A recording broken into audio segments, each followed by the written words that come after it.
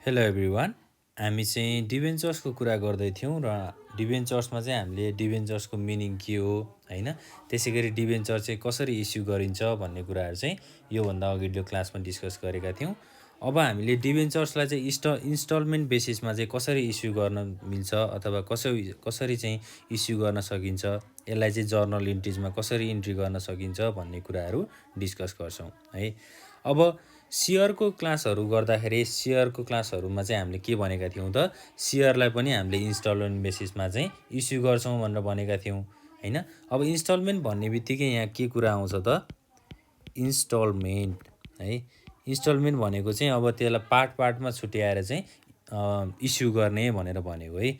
अब इन्स्टलमेन्टको पार्टहरूमा चाहिँ के हुन्छ त, जस्तै फर्स्टमा चाहिँ issue of debenture at par है, पार भ्यालुमा एउटा डिभेन्चर इस्यु गर्ने भयो। त्यसै गरी अर्को के भयो त, issue of debenture at premium हैन, डिभेन्चरलाई चाहिँ प्रिमियममा पनि इस्यु गर्ने रहेछौँ। त्यसै गरी अर्को के छ त, issue of debenture at discount है। यो तीनटा कुराहरू भयो।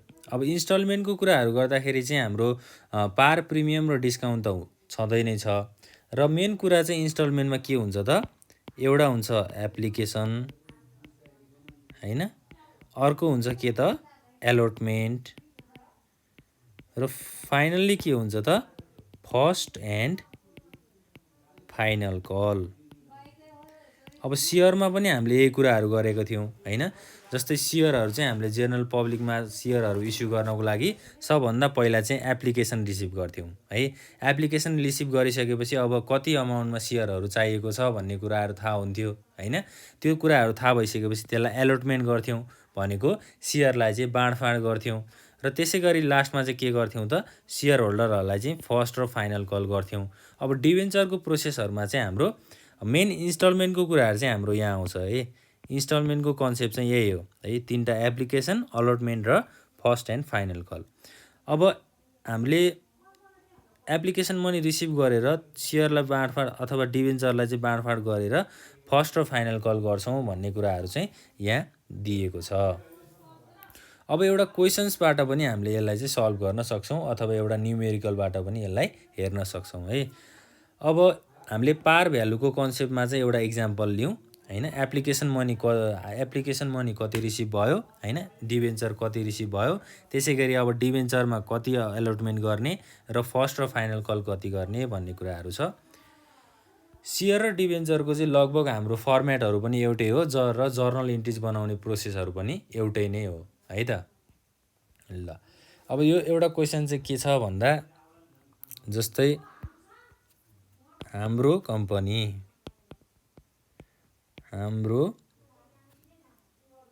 इक्जाम्पल हो है, यो हाम्रो कम्पनी भन्ने चाहिँ इक्जाम्पल हो, नाम हो। हाम्रो कम्पनी इस्युड 5000 डिभेन्चर्स है। अब हामीले सेयरको कुराहरू यहाँ झुकै गर्छौँ, हामीले डिभेन्चर र सेयरहरू चाहिँ लगभग एउटै हो भनेर भनेका थियौँ। 5000 डिभेन्चर्स अफ ₹100 इच है। अब 5000वटा हाम्रो 5000 चाहिँ डिभेन्चर्स रहेछ। एउटा डिभेन्चरको चाहिँ कति रुपियाँको दरले छ, 100 रुपियाँको दरले छ भनेको। अब अन एप्लिकेसनमा चाहिँ कति रुपियाँको दरले छ, ₹15 है। त्यसै गरी अन एलोटमेन्ट, अब बाँडफाँड गर्ने बेलामा चाहिँ कति रुपियाँको दरले बाँडफाँड गरेको छ, 25 रुपियाँको दरले चाहिँ बाँडफाँड गरेको छ। र हाम्रो फाइनल कल है, अब फाइनल कलमा चाहिँ कति छ त, अन फर्स्ट एन्ड फाइनल कलमा चाहिँ कति रुपियाँ छ त, 30 रुपियाँ छ है, 30 रुपियाँ। ल अब डिबेन्चरहरू चाहिँ हामीले इस्यु गर्नु पर्यो है। यसको जर्नल इन्ट्रिज बनाउँदाखेरि चाहिँ के हुन्छ त, अब हामीलाई रिक्वायरमेन्टमा चाहिँ जर्नल इन्ट्रिज बना भनेर सोध्छ है। रिक्वायरमेन्ट्समा चाहिँ जर्नल इन्ट्रिज। ल अब जर्नल इन्ट्रिज हाम्रो कम्पनीले चाहिँ 5000वटा डिबेन्चर इस्यु गरेको छ र एउटा डिबेन्चर चाहिँ कति रुपियाँको दरले छ, हाम्रो 100 रुपियाँको दरले है। अब एप्लिकेसन मनीमा 15 रुपियाँ छ, एलोटमेन्ट मनीमा 25 रुपियाँ छ र त्यसै गरी फर्स्ट एन्ड फाइनल कलमा चाहिँ कति छ त, 30 रुपियाँ छ। भनिसकेपछि अब सेयरको कन्सेप्टहरू सम्झ्यौँ हामीले। जर्नल इन्ट्रिज है, डेट भयो, पार्टिकुलर्स, लेजर फोलियो नम्बर भयो, डेबिट अमाउन्ट र क्रेडिट अमाउन्ट है। अब फर्स्टमा त हामीले सेयर एप्लिकेसन दिन्छौँ हैन। एप्लिकेसन दिइसकेपछि के हुन्छ त, मनी पैसा रिसिभ हुन्छ। पैसा रिसिभ हुनु भनेको के हो त, ब्याङ्क अकाउन्ट चाहिँ डेबिट हुनु हो हैन। पैसा कहाँ आउँछ त, ब्याङ्कमा आउँछ। 5000 इन्टु ₹15, किनभने अब एप्लिकेसनमा कति रुपियाँको दरले छ त, 15 रुपियाँको दरले छ। 5000 इन्टु 15 भनेको कति हुन्छ त, 75,000 चाहिँ डेबिटमा भयो। To debenture application. अब सेयर भएको भए हामीले सेयर एप्लिकेसन लेख्थ्यौँ, डिबेन्चरको कुराहरू भएर हामीले डिबेन्चर एप्लिकेसन लेख्यौँ। अब बिइङ के लेख्ने त, यहाँ being debenture application money receive हैन। डिबेन्चर एप्लिकेसनबाट चाहिँ के रिसिभ भयो त, पैसा चाहिँ रिसिभ भयो भनेर बुझ्नु पर्यो। डेबिटमा 75,000, क्रेडिटमा नि कति त, 75,000। अब हामीले ब्याङ्कमा जम्मा भएको पैसालाई चाहिँ केमा ट्रान्सफर गर्नु पर्यो त, डिबेन्चर अकाउन्टमा ट्रान्सफर गर्नु पर्यो। किनभने हाम्रो डिबेन्चर, हामीले मेन कुरा त हाम्रो के हो त, डिबेन्चर हो नि। अब ब्याङ्कमा पैसा रिसिभ भइसकेपछि त्यसलाई डिबेन्चर अकाउन्टमा चाहिँ ट्रान्सफर गर्नुपर्छ। डिबेन्चर अकाउन्टमा ट्रान्सफर गर्नको लागि डिबेन्चर एप्लिकेसनलाई केमा लेख्ने त, अब डेबिटमा लेख्ने है। Debenture application account debit. To के हुन्छ त, डिबेन्चर अकाउन्ट हुन्छ। अब डिबेन्चर अकाउन्टमा ट्रान्सफर गरियो भनेर बुझ्नु पर्यो। Being debenture application money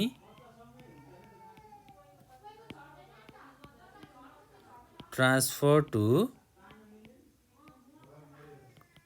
debenture account. Application मनीलाई चाहिँ हामीले डिबेन्चर अकाउन्टमा के गर्यौँ, ट्रान्सफर गऱ्यौँ हैन। पैसा चाहिँ अब हाम्रो कति हुन्छ त, 75 नै हुन्छ है। 75,000 डेबिटमा, 75,000 चाहिँ क्रेडिटमा। ल अब फर्स्ट कुरा चाहिँ हाम्रो एप्लिकेसनको कुराहरू सकियो है। त्यसपछि अब हामी केमा जान्छौँ त, एलोटमेन्टमा जान्छौँ। अब बाँडफाँडको कुराहरू आउँछ है। डिबेन्चरलाई बाँडफाँड गर्ने कुराहरू चाहिँ अब आउँछ। अब डिबेन्चरमा चाहिँ के गर्ने त, एलोटमेन्टमा चाहिँ के गर्ने त, डिबेन्चर एलोटमेन्ट अकाउन्ट डेबिट गर्ने। डिबेन्चर एलोटमेन्ट एकाउन्ट डेबिट है। टु के हुन्छ त, डिबेन्चर अकाउन्ट हुन्छ। पहिला त हामीले के गर्नु पर्यो, बाँडफाँड गर्नु पर्यो नि सेयरलाई हैन। बिइङ डिबेन्चर एलोटमेन्ट मेड है। एलोटमेन्ट गरियो भनेर बुझ्नु पर्यो। अब एलोटमेन्ट कति गरियो त, 5000 इन्टु हाम्रो एलोटमेन्ट मनी चाहिँ कति छ त, माथि क्वेसन्समा 25 रुपिस छ भनेपछि 5000 इन्टु 25 गर्नु पर्यो र अमाउन्ट कति हुन्छ हाम्रो, 1,25,000 डेबिट, 1,25,000 चाहिँ क्रेडिट। अब यो चाहिँ एलोटमेन्ट गरियो भनेको बाँडफाँड गरियो। अब बाँडफाँड गरिसकेपछि के हुन्छ, पैसा रिसिभ हुन्छ। पैसा रिसिभ गर्नलाई हामीले के गर्नु पर्यो, ब्याङ्क अकाउन्टमा के गर्नु पर्यो त, फेरि डेबिट गर्नु पर्यो भनेको यहाँ फेरि के हुन्छ, ब्याङ्क अकाउन्ट डेबिट हुन्छ। 5000 इन्टु 25 भनेको 1,25,000 डेबिटमा भयो। टु के हुन्छ त, डिबेन्चर एलोटमेन्ट एकाउन्ट हैन। अब माथि डिबेन्चर अकाउन्ट डेबिटमा थियो, तल हामीले के गर्छौँ त यसलाई क्रेडिट साइडमा ल्याएर लेख्छौँ है। 1,25,000 चाहिँ के भयो ब्याङ्कमा ट्रान्सफर भयो। के लेख्ने त अब ब्याङ्क एलोटमेन्ट मनी रिसिभ भनेर लेख्ने है। माथि चाहिँ एलोटमेन्ट गरियो, माथि चाहिँ बाँडफाँड गरियो भनेर बुझ्नु पर्यो। तल चाहिँ के भयो त अब ब्याङ्कमा पैसा जम्मा भयो अथवा मनी रिसिभ भयो, पैसा पाइयो भनेर बुझ्नु पर्यो है। ल अब अर्को क्वेसन के छ त हाम्रो on first and final call ₹30 है। फर्स्ट र फाइनल कलमा चाहिँ कति रहेछ त ₹30 रहेछ भनेको ₹100 चाहिँ थियो टोटल हैन। एप्लिकेसन मनीमा ₹15 युज भयो, एलोटमेन्टमा ₹25 युज भयो भनेको टोटल कति गयो ₹40 गयो। अब बाँकी कति रहन्छ ₹60 बाँकी रहन्छ। ₹60 बाँकी रहनु भनेको फर्स्ट कलमा ₹30 गयो, फाइनल कलमा नि कति गयो त ₹30 गयो है। यहाँ चाहिँ 30 + 30 हुन्छ किनभने फर्स्ट कलमा ₹30, फाइनल कलमा पनि ₹30, बाँकी ₹60 पनि हाम्रो सकियो। अब यसलाई हामीले के गर्नु पर्यो फेरि जर्नल बनाउनु पर्यो। अब पहिला सुरु फाइनल कलको जर्नल बनाउने है। अब डिबेन्चर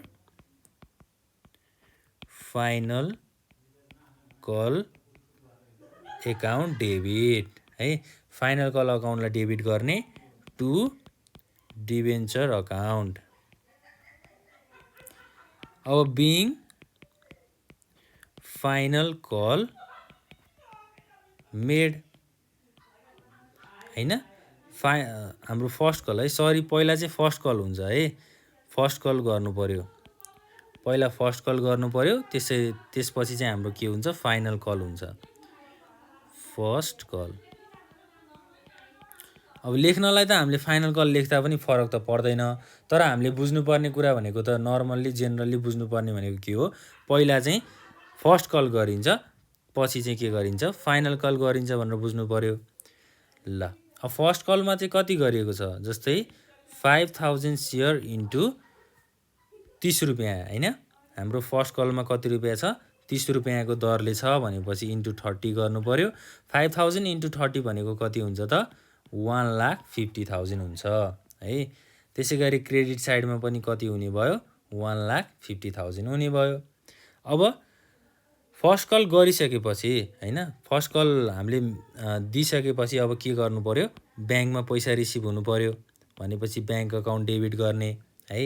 त्यसै गरी 2 के हुन्छ त डिबेन्चर फर्स्ट कल। फर्स्ट कलको डिबेन्चरको चाहिँ पैसा रिसिभ भयो भनेपछि ब्याङ्क अकाउन्ट डेबिटमा के गर्ने त 5,000 इन्टु 30। अब यो 5,000 चाहिँ के हो त नम्बर अफ डिबेन्चर है। Number of debenture into per debenture value भनेको 5,000 इन्टु 30 भनेको के हुने भयो त 1,50,000 भनेको 1,50,000 हुने भयो डेबिट र क्रेडिटमा। बिङ के लेख्ने त first call money receive. First call पैसा चाहिँ के भयो त पाइयो अथवा रिसिभ गरियो भनेर बुझ्नु पर्यो है। ल अब त्यसै गरी हामीले फर्स्ट कल गरिसकेपछि फाइनल कल पनि यही प्रोसेसबाट गर्ने। अब फाइनल कल गर्नको लागि पनि के गर्ने त debenture final call account debit. Final कलमा पनि 5,000 इन्टु ₹30 कै दरले भएको छ है। अब यहाँ पनि के हुने भयो 1,50,000 हुने भयो। त्यसै गरी 2 के हुन्छ त डिबेन्चर अकाउन्ट है, डिबेन्चर अकाउन्ट हुने भयो। क्रेडिट साइडमा पनि 1,50,000। यो चाहिँ के भयो त हामीले फाइनल कल गरियो है। डिबेन्चर लिनको लागि चाहिँ बिङ फाइनल कल मेड। अब फाइनल कल गरिसकेपछि के हुन्छ त यसको पनि पैसा रिसिभ हुन्छ। पैसा रिसिभ भइसकेपछि ब्याङ्क अकाउन्टलाई डेबिट गर्ने। डेबिटमा चाहिँ अब 5,000 वटा डिबेन्चर ₹30 को दरले भनेपछि 1,50,000 रिसिभ भयो। 2 के हुन्छ त हाम्रो डिबेन्चर फाइनल कल अकाउन्ट है। डिबेन्चरको चाहिँ फाइनल कल अकाउन्टमा चाहिँ के भयो त पैसा रिसिभ भयो पैसा आयो, being final call money received. ल यसरी चाहिँ हामीले के गर्ने त डिबेन्चर अकाउन्टको जर्नल इन्ट्रिज बनाउने। यो चाहिँ हाम्रो के बेसिसमा भयो त इन्स्टलमेन्ट बेसिसमा भयो। अब इन्स्टलमेन्टमा के कुरा हुँदो रहेछ भनेर बुझ्नु पर्यो त फर्स्टमा एप्लिकेसन हुँदो रहेछ, सेकेन्डमा चाहिँ एलर्टमेन्ट हुँदो रहेछ र लास्टमा चाहिँ फर्स्ट कल र फाइनल कल हुँदो रहेछ भनेर बुझ्नु पर्यो। ल अब यस्तै क्वेसन्सहरू चाहिँ धेरै प्र्याक्टिस गर्नु होला है, आफ्नो बुकहरूबाट अथवा आफ्नो गाइड बुकहरूबाट प्र्याक्टिस गर्दै गर्नु होला। कुनै पनि समस्या भयो भनेपछि हामीलाई कल गरेर सोध्न सक्नुहुन्छ अथवा हामीलाई मेसेज गरेर अथवा यो भिडियोको तल कमेन्ट बक्समा चाहिँ कमेन्ट गरेर हामीलाई सोध्न सक्नुहुन्छ है त। ल अब इन्स्टलमेन्ट बेसिस भन्ने बित्तिकै हामीले एप्लिकेसन, एलोटमेन्ट र फर्स्ट एन्ड फाइनल कल भन्ने बुझ्नु पर्यो। र अर्को के हुन्छ त हाम्रो कन्डिसन, एउटा चाहिँ पार भ्यालुको कन्डिसन हुन्छ, अर्को चाहिँ प्रिमियम भ्यालुको कन्डिसन हुन्छ र एउटा लास्टमा चाहिँ अर्को के हुन्छ त डिस्काउन्ट भ्यालुको कन्डिसनहरू हुन्छ। अब डिबेन्चर सेयरहरूमा पनि यही कुरा थियो, डिबेन्चर्समा पनि यही कुरा हो, मात्र हाम्रो मिनिङ फरक हो है।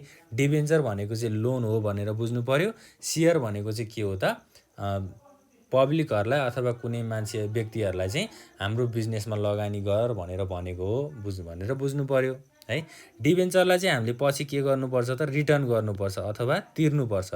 डिबेन्चरको चाहिँ हामीले इन्ट्रेस्ट पनि तिर्नुपर्छ भनेर बुझ्नु पर्यो।